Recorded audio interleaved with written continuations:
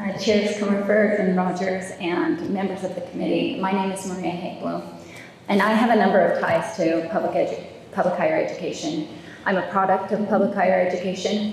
I am a parent of a child who's attending one of our state universities. I'm a faculty member at Bridgewater State University, and I'm the president of the Massachusetts State College Association, which is the faculty librarian union of the 9 state universities.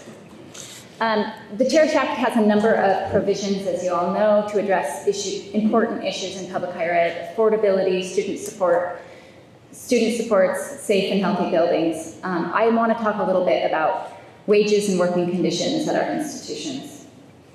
I'm not going to talk about how, even before the latest wave of inflation, the average salaries for our faculty, librarians, and staff were below the average of our peers, as we've already heard. I'm not going to talk about how those below average wages combined with the extremely high cost of living in Massachusetts means that many of our faculty, librarians, and staff add very long commutes to their very long working hours because they can't afford to live in the communities that they work in.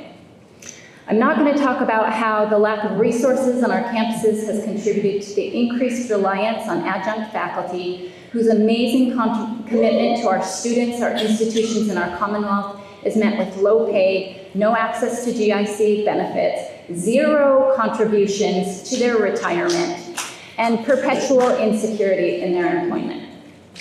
I'm not going to talk about how even tenured faculty and librarians, along with staff and adjuncts, despite their love and commitment to public higher education, are making the hard decision to leave because the financial sacrifice is getting to be too big. I'm not going to talk about how the growing number of unfilled positions and the difficulty in hiring when folks find out they can't actually afford to take the job at our schools. Instead, I'm going to talk about what all of these together actually cost. What these cost is the extra hour that a student might really need for career advice or a little extra help gets sucked into a commute or service work or spent with another student because there's just so many hours in the day. What these cost are campuses where the work of innovation and growth that's needed to meet the students of tomorrow is always a step behind just getting through the work that we have to do today.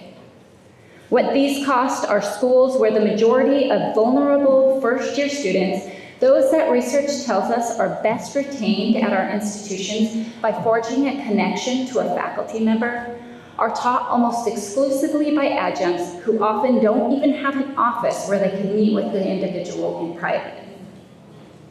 What these